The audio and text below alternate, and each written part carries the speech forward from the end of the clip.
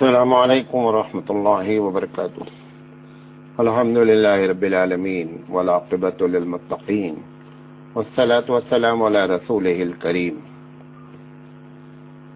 اما بعد، وعن عائشۃ رضی اللہ تعالی عنہا قالت انہا سألت رسول اللہ صلی اللہ علیہ وسلم عن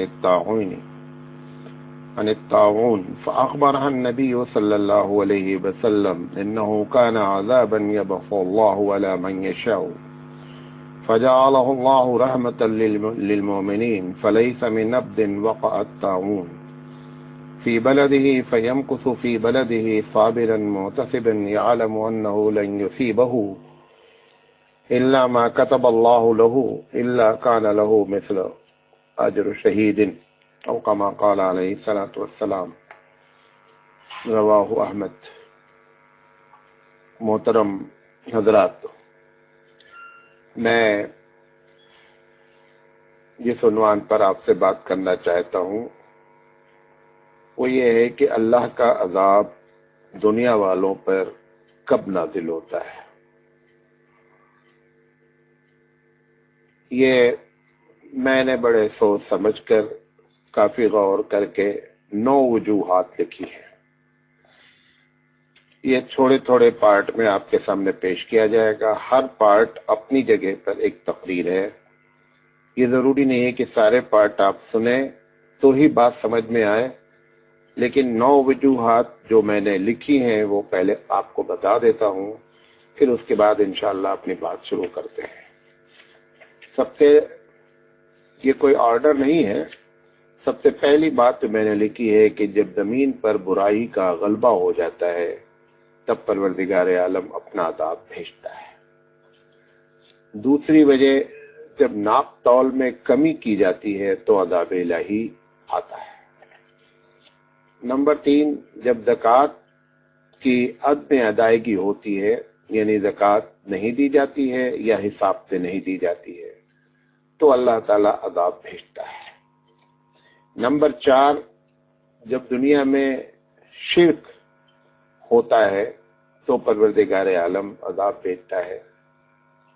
اور میرا اپنا اندازہ ہے کہ شرک وہ قوم جس کی بنیاد توحید پر رکھی گئی ہو، وہ اگر شرک کرتا ہے تو رب ذوالجلال کا غصہ بہت زیادہ ہوتا ہے۔ 5ویں وجہ کہ اللہ تعالیٰ کے مقابلے میں جب لوگ اپنے آپ کو شہنشاہ کہلانے لگتے ہیں، یعنی خدائی دعویٰ اور خدائی چیلنج کرنے لگتے ہیں، تب پروردگار عالم اپنی قدرت کا مشاہدہ کرتا ہے۔ نمبر 6، جب اللہ تعالیٰ پر جھوٹ گڑھا جاتا ہے تو پروردگار عالم کو غصہ آتا ہے۔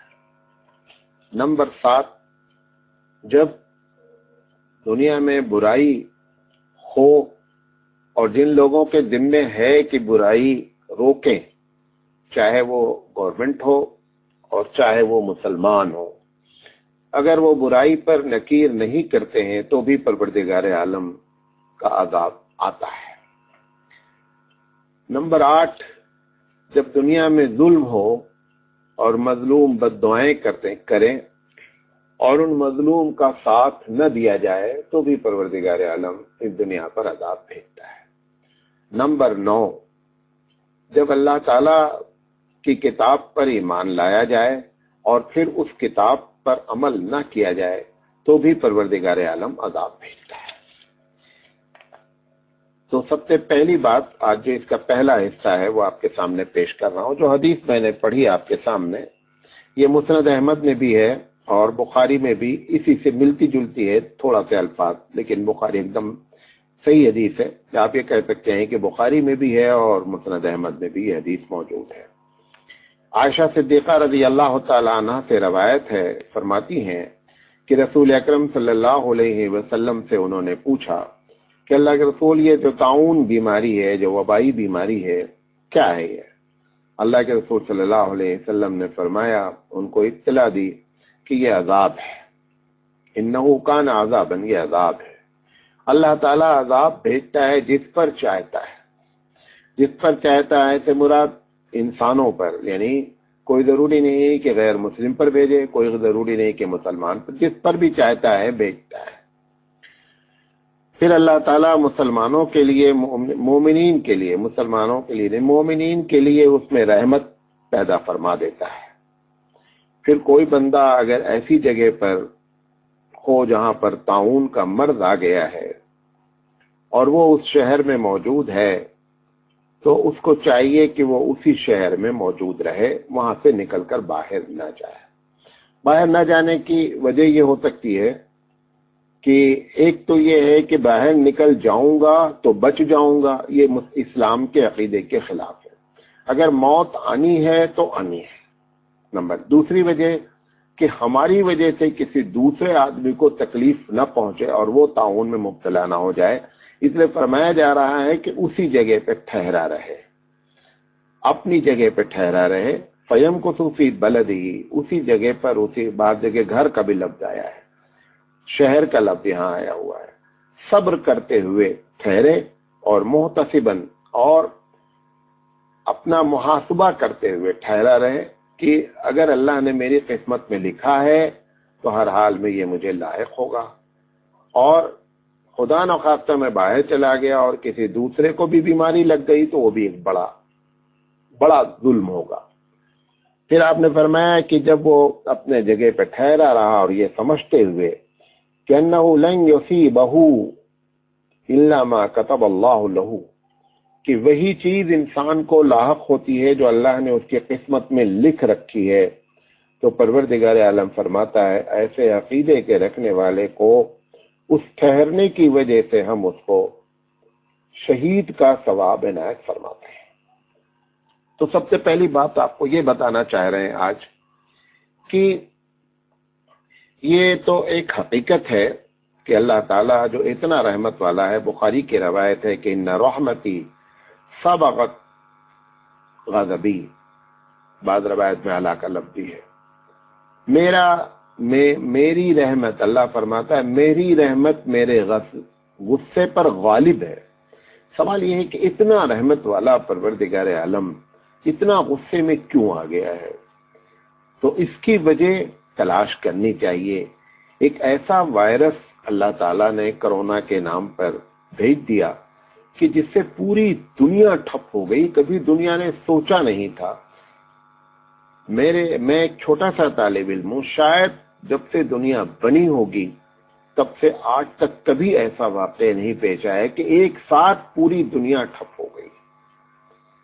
تو سوال یہ ہے کہ اس کو، میرا اپنا عقیدہ ہے کہ مسلمان ہی اس دنیا کو اس وائرس سے بچا سکتے ہیں، بقیہ لوگ کیوں نہیں بچا سکتے ہیں؟ ہم ایک دیکھیں، ہر آدمی اپنے لحاظ سے ایسے حالات میں تجزیہ کر رہا ہے۔ ایک سائنٹسٹ سائنس کے لحاظ سے تجزیہ کر رہا ہے، ایک اللہ کا منکر اس لحاظ سے تجزیہ کر رہا ہے، ایک مادہ پرستی کے لحاظ سے اس کا تجزیہ اور انالیسس کر رہا ہے، ایک مذہب والا آدمی کو چاہیے کہ اس کا تجزیہ مذہبی لحاظ سے کرے۔ ہم ایک دیندار آدمی ہیں، دین کے ماننے والے ہیں۔ ہمارا مقصد یہ ہے کہ مسلمانوں نے اس دنیا میں، اللہ نے ان کو آخری امت بنایا ہے، لہذا یہ اپنے بارے میں سب سے پہلے غور کریں کہ ہماری وجہ سے، یہ تو میں نہیں کہوں گا کہ ہماری وجہ سے کرونا ہوا ہے، لیکن یہ کہ کیا ہم اللہ تعالیٰ کے اس بتائے ہوئے قانون کے مطابق زندگی گزار رہے ہیں یا نہیں۔ لہذا ہم اگر اللہ سے اپنے وعدہ کریں، ہم اللہ کی طرف رجوع کریں، تو چانسز ہیں کہ ساری دنیا ہمارے اس رجوع کرنے کی بنیاد پر اللہ تعالیٰ اس وبا کو ٹال دے۔ تو غیروں سے اس کی تو امید نہ رکھیں۔ پہلی وجہ یہ ہے کہ غیر پہلے سے ہی ان کا ایمان جس طریقے کا ہے وہ آپ جانتے ہیں، لہذا ان سے یہ امید نہ رکھی جائے کہ وہ سب لوگ اللہ کی طرف رجوع کریں گے۔ آپ دیکھیں، رجوع کرنے کی بات تو درکنار ہے، آج کی نیوز ہے، آج 12 اپریل کی نیوز ہے کہ 95% جو لوگ گھر میں بیٹھے ہوئے، 95% وہ ویب سائٹ اوپن ہوئی ہیں جو گندی ویب سائٹ ہیں، جن کو پورن یا بلو فلم جو بھی آپ کہیں، وہ ویب سائٹ کھولی جا رہی ہیں۔ تو تو ایسے موقع پر رجوع کون کرے گا؟ رجوع کرنے والا صرف مومن ہے. آپ کی برکت سے دنیا کو اللہ تعالیٰ بچا سکتا ہے. لیکن اگر آپ بھی اس سلسلے میں کوتاہی کریں گے تو جو دنیا کے ساتھ ہونا ہے اس سے زیادہ ہمارے ساتھ ہونا ہے، کیونکہ وہ ان کے پاس اللہ کی کتاب نہیں، ان کے پاس رسول کا فرمان نہیں، ان کے پاس اس قسم کی سوچنے کی صلاحیت نہیں ہے. لہذا ان کی غلطیوں کو تو معاف کیا جا سکتا ہے، ان کی گمراہیوں کی وجہ سے ان کو پکڑا جا سکتا ہے، دوسروں کو نہیں. لیکن ہماری غلطی اگر ہوئی تو بہت بڑا مسئلہ ہوگا. لہذا میں مسلمانوں کو چاہتا ہوں کہ کم سے کم مسلمان اللہ کی جانب رجوع کریں اور اپنے اللہ کو منانے کی فکر کریں. معتدلی حصہ اللہ کی جانب رجوع کریں. اللہ تعالیٰ حدیث ہے کہ جانوروں پر اللہ تعالیٰ جانوروں کے طفیل میں انسانوں پر شفقت فرماتا ہے، صحیح حدیث ہے. ایسے ہی میرا اپنا اندازہ ہے کہ اگر ہم اللہ کی طرف رجوع کریں تو ہمارے طفیل میں پروردگار عالم جو ہے وہ دنیا والوں کو اس وبا سے بچا سکتا ہے. اس لیے میرا خطاب مسلمانوں سے ہے، میرا خطاب ان لوگوں سے ہے جو اللہ پر ایمان لائے ہیں، میرا خطاب ان لوگوں سے ہے جو محمد صلی اللہ علیہ وسلم کو اللہ کا رسول مان.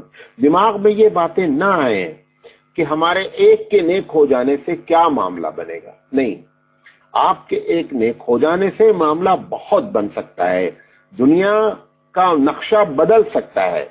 اور نہ دماغ میں یہ بات آئے کہ ہماری وجہ سے تو ناراضگی ہے نہیں، لہذا ہم کیوں رجوع کریں.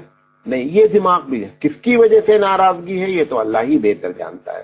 لیکن میں جب ایک بات آپ کے سامنے جب تجزیہ کروں گا ایک بات کا، کہ آپ دیکھیں کہ ہم اس میں وجہ ہیں یا نہیں ہیں، تب آپ کو اس بات کا احساس ہوگا کہ ہماری بھی اس میں غلطی ہونے کے 100% چانس ہیں. لہذا یہ کہہ کر کے معاملے کو ہلکا نہ کریں. ایک بات اور کہنا چاہوں گا کہ کچھ لوگ اس وقت مختلف قسم کی جتنی منہ ہے اتنی باتیں ہیں. کچھ لوگ کہہ رہے ہیں یہ وائرس ہے، کچھ لوگ کہہ رہے ہیں وائرس بنایا گیا ہے، کچھ کہہ رہے ہیں بایو اٹیک ہے. میں کہہ رہا ہوں چاہے بنایا گیا ہے یا اللہ کی جانب سے ہے، علاج تو اس کا ہوگا انشاءاللہ. کیوں؟ بخاری کی روایت ہے کہ ہر مرض کے لیے اللہ نے دوا پیدا کی ہے. یہ ایک الگ بات ہے کہ ہم تلاش کرنے میں وقت لگا دیں، لیکن یہ بات یقین جان لیں کہ اگر مرض موجود ہے تو دوا بھی اس دنیا میں موجود ہے، اور انشاءاللہ اس کی دوا جو ہے وہ ہوگی. لیکن جب تک نہیں ہوگی تب تک دنیا کہاں پہنچے گی اس کا ابھی کسی کو اندازہ نہیں ہے. اور جب یہ وائرس ختم ہوگا اثر نو دنیا شروع ہوگی. پچھلے 300 سال میں دنیا نے جتنی ترقی کیا تھا اس کا 30% صرف 15 دن میں پیچھے چلی گئی ہے، صرف 15 دن کے اندر پیچھے چلی گئی ہے. لہذا ابھی کیا ہونا ہے یہ تو اللہ ہی بہتر جانتا ہے. آج 12 اپریل ہے، ابھی 30 اپریل تک ویسے ہی لاک ڈاؤن کر دیا گیا ہے. ہر دن دنیا کا کتنا نقصان ہو رہا ہے، کتنا نقصان ہو رہا ہے. اب کیلکولیٹر فیل ہو گئے ہیں، گنتیاں نہیں بتائی جا سکتی ہیں کہ کتنے ملین اور ٹریلین اور بلین اور ٹریلین کا نقصان ہو رہا ہے، اندازہ کسی کو نہیں ہے. یہ تو جب ختم ہوگا دنیا اثر نو شروع ہوگی، ایسا لگے گا کہ دنیا اب پیدا ہوئی ہے، ایسے حالات ہو جائیں گے. لہذا یہ کہہ کر کے معاملے کو ہلکا نہ کریں کہ یہ دوسروں کا رچا ہوا گیم ہے اور دجالی فتنہ ہے. سب کچھ ہو سکتا ہے. میرا یہ کہنا ہے کہ دجالی فتنہ کا بھی کنٹرول پروردگار عالم کے ریموٹ سے ہے. اگر اپنے طور پر یا اللہ کی جانب سے عذاب آیا ہے تو بھی شفا اسی کے ہاتھ میں ہے. جو کچھ بھی پلاننگ جو بھی کر رہا ہے دنیا کو برباد کرنے کے لیے، اللہ تعالیٰ فرماتا ہے کہ پوری مخلوق جو ہے وہ ہماری کنبہ ہے. گرچہ وہ حدیث ضعیف ہے سند کے لحاظ سے، لیکن دیکھا جائے معنی کے لحاظ سے تو حدیث صحیح ہے. پوری دنیا پروردگار عالم نے جب بنائی تو وہ اس کا کنبہ ہے. ٹھیک ہے، تو اللہ تعالیٰ اپنے اگر کوئی آدمی برباد کرنا چاہتا ہے اس کنبے کو تو پروردگار عالم کا ہاتھ ان سب کے اوپر ہے. وہ آخر کیوں تماشائی بنا بیٹھا ہوا ہے. لہذا یہ کہہ کر کے لوگ رجوع الی اللہ کرنے کے بجائے رجوع الی شیطان کر رہے ہیں کہ یہ شیطان کرا رہا ہے، یہ دجالی چال ہے، ٹھیک ہے، وہ سب کچھ میں مانتا ہوں، میں کسی چیز کی نفی نہیں کر رہا ہوں، لیکن یہ آپ کو ڈائیورٹ کیا جا رہا ہے۔ جب آپ کو یہ بات معلوم ہو جائے گی کہ یہ فلاں کی وجہ سے ہوا ہے تو آپ اس کو عذاب سمجھنے کے بجائے فلاں آدمی کو کوسنا شروع کر دیں گے اور اللہ کی طرف رجوع نہیں کریں گے۔ لہذا اللہ کی طرف رجوع کریں، اور یہ اللہ کی طرف رجوع کرنے کے لیے آپ اور ہم یہ جاننا چاہیے کہ بنیادی طور پر حقیقت میں اس کے کیا اسباب ہیں۔ انشاءاللہ زندگی رہی تو ہم اس کا پہلا پارٹ، یہ تو پہلا پارٹ ہے تمہید کے طور پر، اب ہم دوسرا پارٹ پیش کریں گے انشاءاللہ کہ اس کے بنیادی اسباب کیا ہیں۔